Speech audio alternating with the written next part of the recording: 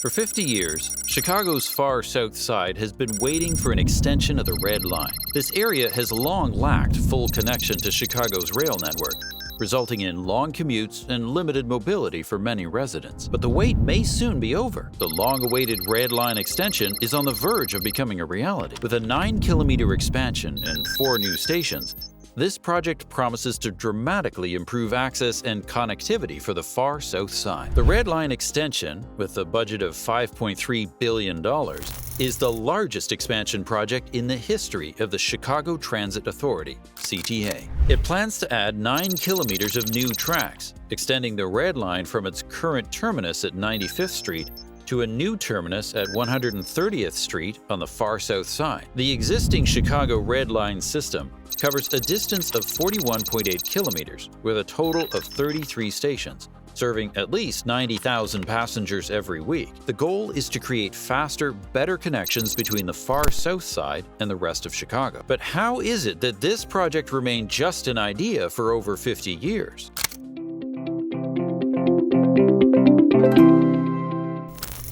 The Red Line extension was first proposed in 1969 by Mayor Richard Daley. However, due to financial and political issues, planning and construction were stalled for the last 50 years. Notably, the far south side remains the only area in Chicago without complete CTA rail line coverage. While planning intensified in 2010, a lack of funding still made it impossible to break ground. In 2023, a breakthrough finally came through with a $1.97 billion federal grant, making construction possible. After 50 years of promises, the Red Line extension is finally close to realization. A total budget of $5.3 billion has been allocated for the project. It includes $1.97 billion in federal funding, which marks the largest financial contribution to CTA's history. Additionally, $950 million was raised through transit tax increment financing, with CTA planning to issue bonds for the remaining funds. 4 new stations will be built as part of the extension.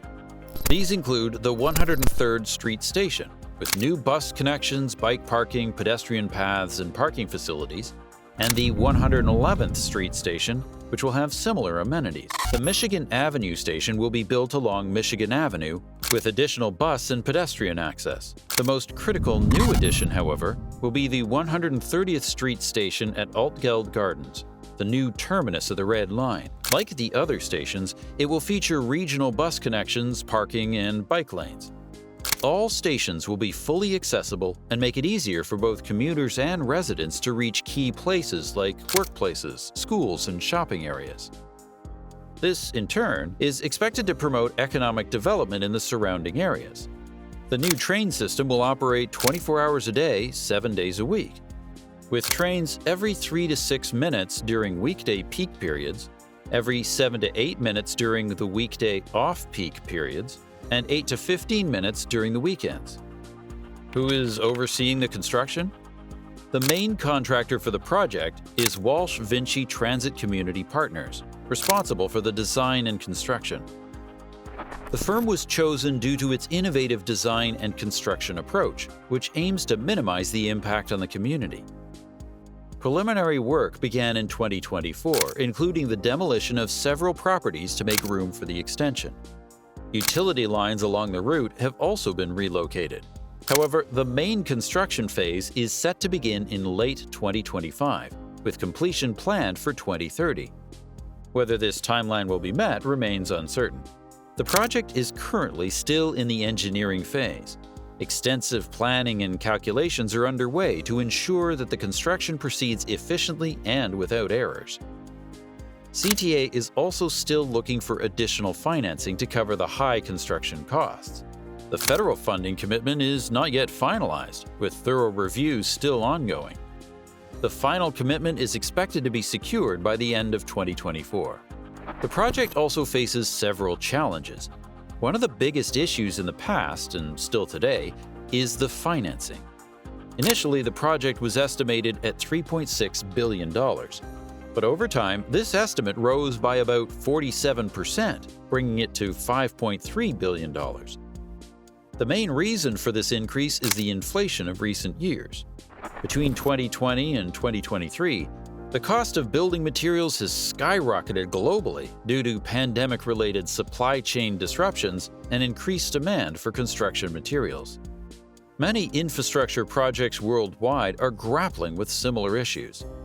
Labor costs have also risen significantly, driven by inflation and a major shortage of skilled workers in the construction industry. The rising cost of financing is another crucial factor. Higher interest rates have made it more expensive to take out loans and bonds to fund the project, adding further pressure on the CTA to secure additional funding to stay on schedule. Lastly, the COVID-19 pandemic played a significant role in inflating costs. The pandemic caused delays in many construction projects worldwide. These delays not only extended the project timeline, but also increased overall costs as ongoing projects incurred additional operational and maintenance expenses. Critics argue that alternatives to the Red Line extension, such as improving existing infrastructure like the metro lines, would have been more cost-efficient. In addition to financial challenges, the project is facing technical and logistical hurdles. To make room for the new tracks, many power and communication lines must be relocated. This involves the construction of underground trenches and the installation of new, shorter power poles. Existing transformers must be relocated underground, which requires complex and time-consuming work. These large-scale relocations are a significant project in themselves. Additionally, around 50 properties, including commercial, industrial, and private buildings, need to be demolished along the planned route. Many of these properties are already vacant or in poor condition. However, a new challenge arises. Some properties, particularly industrial sites, have contaminated soils or underground storage tanks that need to be removed and properly disposed of. This can significantly slow down the demolition process and require more effort. The residents are not unaffected by the construction of the Red Line extension. The construction will lead to road, sidewalk, and alley closures, disrupting traffic in affected neighborhoods and increasing congestion in other streets. Not only will residents be affected, but the construction progress will also be slowed. Additionally, the use of heavy machinery and the demolition of buildings will generate significant noise and dust, affecting the quality of life for nearby residents. Although measures are being taken to reduce these impacts, they will be inevitable during the construction phase. Since the project runs through densely populated areas, CTA must work closely with residents to address concerns and questions. This communication is critical to minimizing the impact on communities and gaining public support for the project. Some residents fear that the construction will permanently change the structure of their neighborhoods, particularly through increased traffic and development around the new stations. Environmental protection is another key factor that must be considered during construction. The soil along the planned route is difficult to work with in some areas, requiring the use of special machinery and processes. The use of such equipment can lead to increased pollution, so it must be carefully planned and implemented. Construction must comply with environmental regulations, particularly regarding groundwater protection and reducing air pollution by using low-emission machinery and controlled demolition.